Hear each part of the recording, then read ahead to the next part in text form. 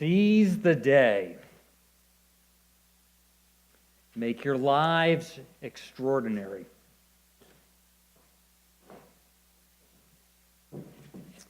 Solomon, in his journal, Ecclesiastes, God inspired, doesn't whisper those words. He screams those words. Seize the day. Make your lives extraordinary. Now, each one of us may have a different definition of what it means to be extraordinary. But the message is the same for us. Seize the day. Seize the day. And Solomon, in the twilight years of his life, is realizing that as he tried to seize his days,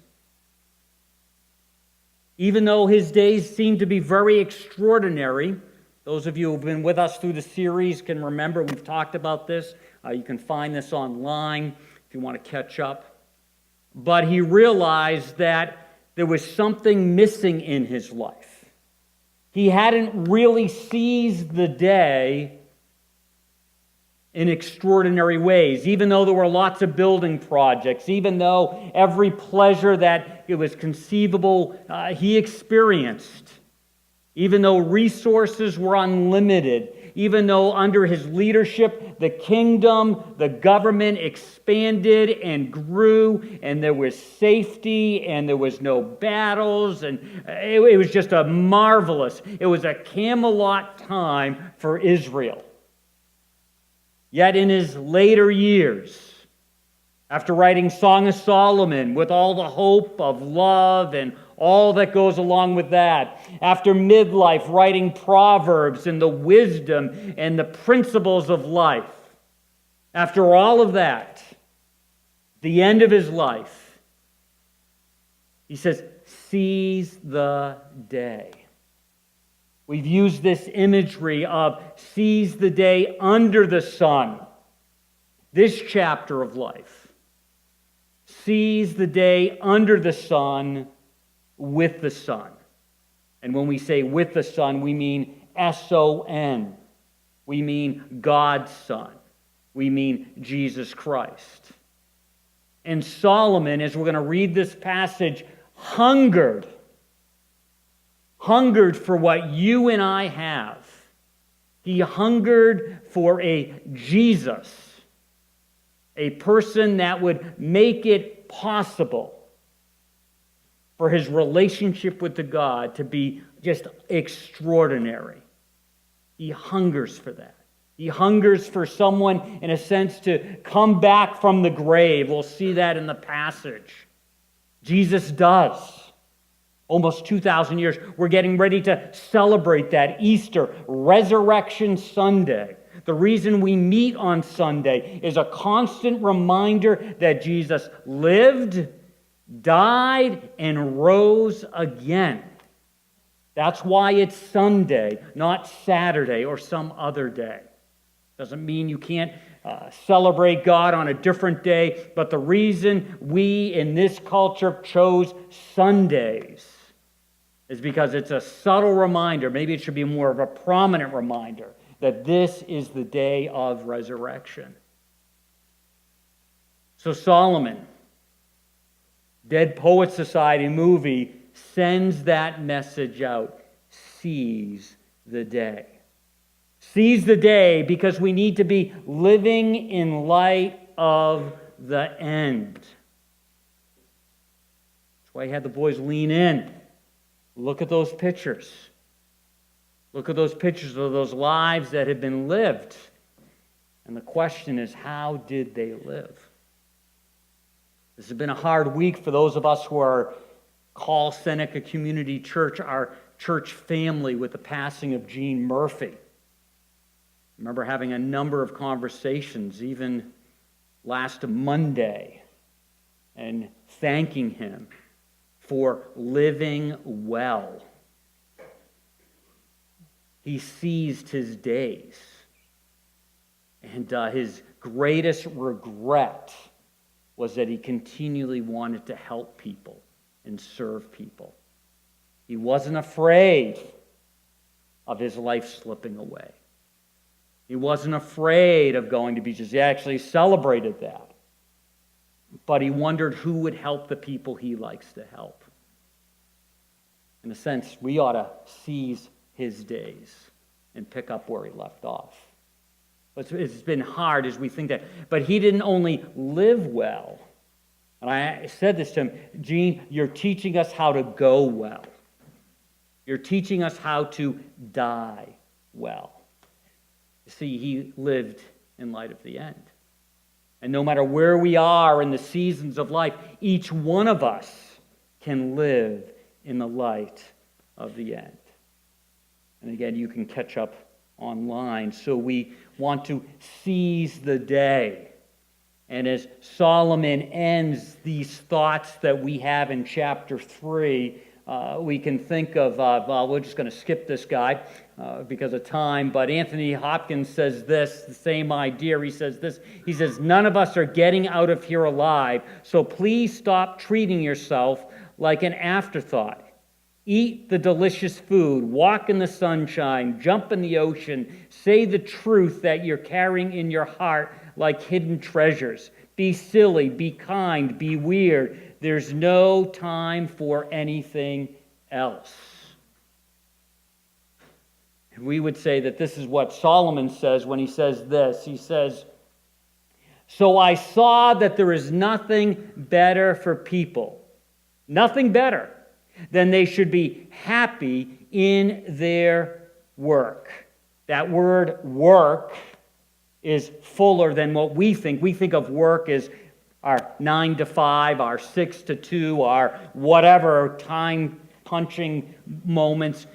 The idea for work here is what you do, what you toil at, where you invest your life. So I saw that there's nothing better for people that they should be happy in their work, what they do. And as we even prayed for the Sphinx, we said, may that doing come out of their being. And I think that's true for us when we think about being happy. May our happiness come out of what we do because of where and who we've been with. Living under the sun with the sun. For that is what they're here for. And no one can bring them back to life to enjoy what will be in the future. So let them enjoy it now. Seize the day. Seize the day. Not for yourself, but at the same time, enjoy the day. A few weeks ago, we had the team from Honduras sharing. And a number of the individuals who went on that trip were reminding us of how much we had and how that created a check in their spirit. They felt a little guilty about that. And I said, God doesn't want us to feel guilty about that. God wants us to enjoy it. God wants us to leverage what we have. So it's amazing. The Sphinx demonstrate they open their homes. Those of us who have homes, we can leverage that. They don't have to be perfect. They don't have to be all clean, all spot and polished. We open our lives. We enjoy those times now. Earlier on, as we got into this, we looked earlier back in verse 2, we talked about Ecclesiastes, about this enjoyment, this idea of seizing the day, enjoying the moments comes at the hand of God. As a Christ follower, you can enjoy those moments. You can enjoy those blessings. We walk in tension that those blessings don't become the object of our worship, the object of our adoration, because we realize that they come at the hand of God, but we still can enjoy them. Who can eat or find enjoyment without Him? So as we think about seizing the day, as we think about enjoying what is before us, stopping and smelling the roses, as some have said, We can do that, and we do that under the sun, because of the sun, with the sun, at the hand of God. And we need to make sure that we're not missing it. We're not sleeping, and we're not realizing that there's so much for us to seize and so much for us to enjoy. And I totally, absolutely believe this. When you and I are having a moment of enjoyment and life is sweet, that brings pleasure to God. Because there's plenty of moments that aren't necessarily that way. So it's okay. It's okay to linger in your kitchen and enjoy your breakfast and coffee and this is good, and the conversation around that. Or to gather the family around and play some stupid board game, and whatever that is, and there's laughing and going. I think that's great. Seize the day. Seize what we would perceive our little moments and the big moments, and enjoy them at the hand of God. And if you're a Christ follower, if you've said yes to Him, you have the resources. You have God Himself helping you navigate through life so you can fully enjoy those things. You don't have to go from moment to moment looking for the next big thing to fill that spot in your heart, because you have Him. Now, 2 weeks ago, we talked about some of the things that can get in the way of us seizing the day. We didn't say it that way, but they were two things. We talked about just looking always towards the future. We talked about finding happiness. This isn't actually in your notes. Finding happiness in the present, not just the hope of the future or the memories of the past. That's a part of seizing the day. That's about leveraging our time. We find happiness in the present. And when it's always about the future, when it's always about the next purchase, the next possession, the next position, the next season of life, we lose seizing the day and seizing the moment. And when there's some of us who feel like there's been more of life before us, we're on the other side, we're on the second half, the quarter half, whatever, and we're always looking to the past, we miss what's right before us in the moment. And that can get in the way of us seizing the day. The passage, as we wrap up chapter 3, we're going to see, first of all, that sometimes rather than seizing the day, we can be seized by injustice. The injustice of our world. We see innocent worshipers in New Zealand, whether they have a different faith than us, that's a whole other story. But anyone who gathers to worship should not lose their life at the hand of a gunman. And we see the injustice in that. We see the injustice of someone who saves for retirement, and then unscrupulous runners of the company play around with the finances so that they're all set, but the employees that reinvested in their company have nothing for retirement. We see the injustice of someone drinking a little or too much and being in a car accident and snuffing out another life. We see all these injustices around us. We see what's going on, and we can be seized by them. Try to be aware of them. We ought to be aware of them. We ought to be passionate about giving some of ourselves to maybe change that. But we can't be seized by them. Because when we're completely seized by them and preoccupied by them, it's hard to seize the day. And then there's those injustices that you and I personally experience. Situation at work. Whatever it may be. And it's just injustice. Maybe it's at home. Maybe it's the way someone's treated you. And there's injustice. We didn't deserve that. It wasn't fair. And we can be seized by that. Again, it's not to pretend that didn't happen. but to be seized by it. We can't be seized by the injustices if we're going to seize the day. Solomon writes, "And I saw something under the sun. In the place of judgment, wickedness was there. In the place of justice, wickedness was there." This idea, again, of justice. There's justice, but there's not justice. There's wickedness. The person that's imprisoned wrongfully and spends some of their best years behind bars. The injustice. The person that gets away with some kind of crime. The injustice. Solomon sees it. It's there. You can't completely squash it out. So what do you do with it if you're going to try to seize the day? We remember in verse 17, it talks about, "I said to myself, God will bring judgment, both the righteous and the wicked. For there will be a time for every activity, a time to judge every deed." And what Solomon says is he goes, I'm not going to be seized by the injustice. I'm aware of it. I got to do my part to change things. I can't have a blind eye to it, but I'm not going to be seized by it. Because someday God will set things right. He'll set it right.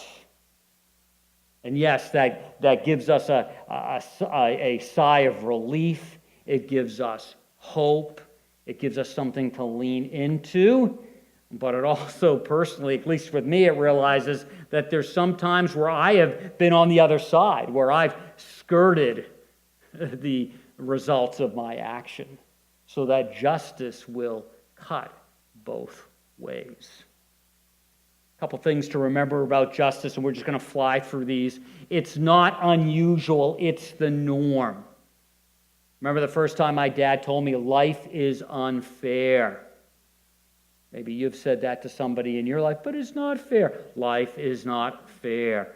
Remember then telling my kids when they would say something, this is a great lesson, you have to learn it. Life is unfair, so that's why this happened. And that does not give you any emotional satisfaction to it, but you just throw it out there. It's not unusual. If you have not experienced, not seen from afar any injustice, that's not normal.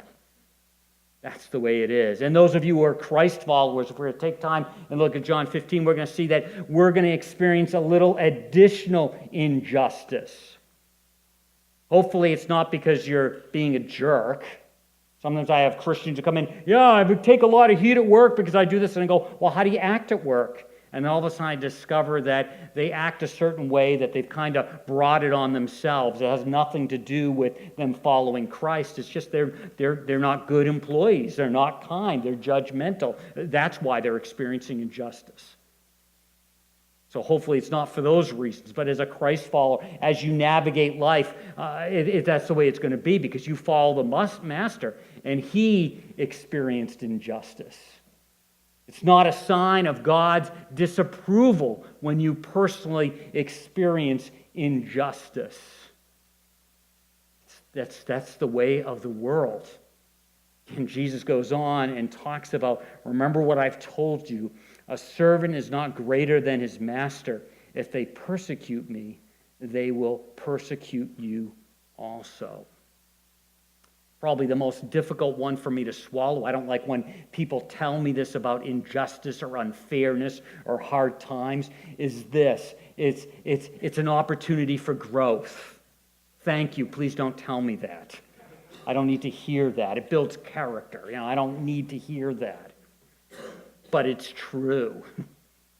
It's true. It does. In James we read, consider it a sheer gift.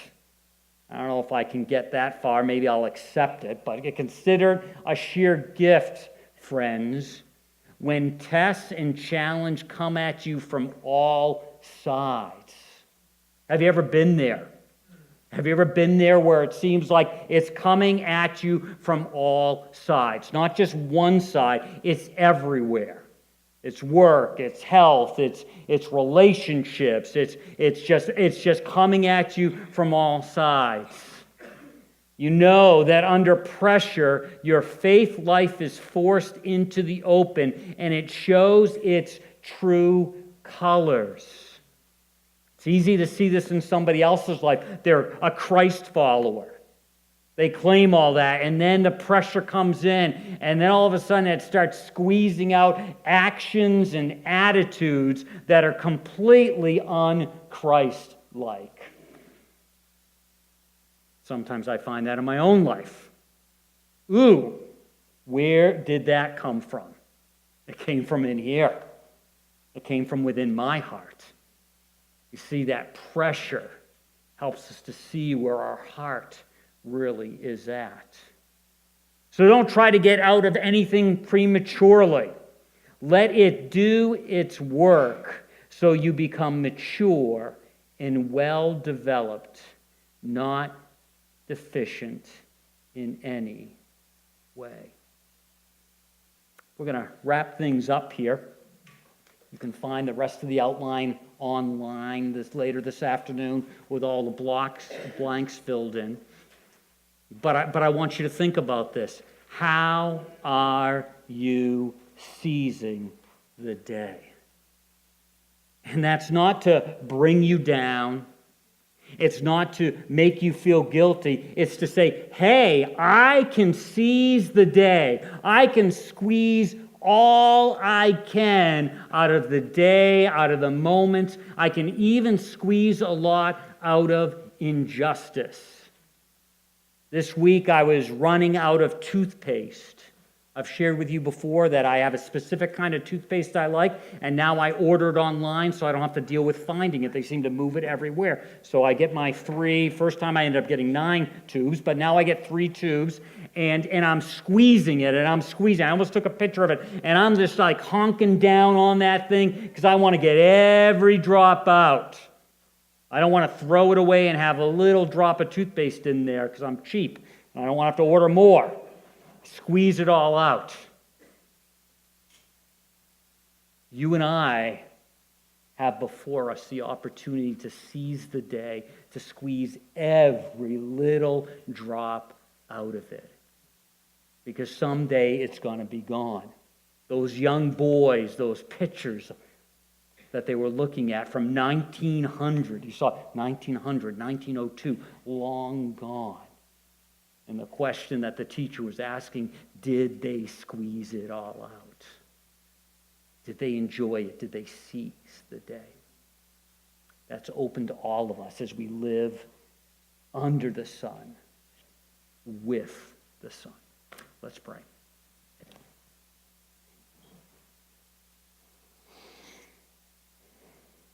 Father, you are so good to us to have preserved Solomon's journal so we can read it, so we can digest it.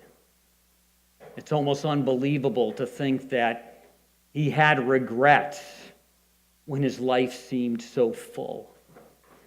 Yet it teaches us something. It teaches us a lot. It screams, seize the day.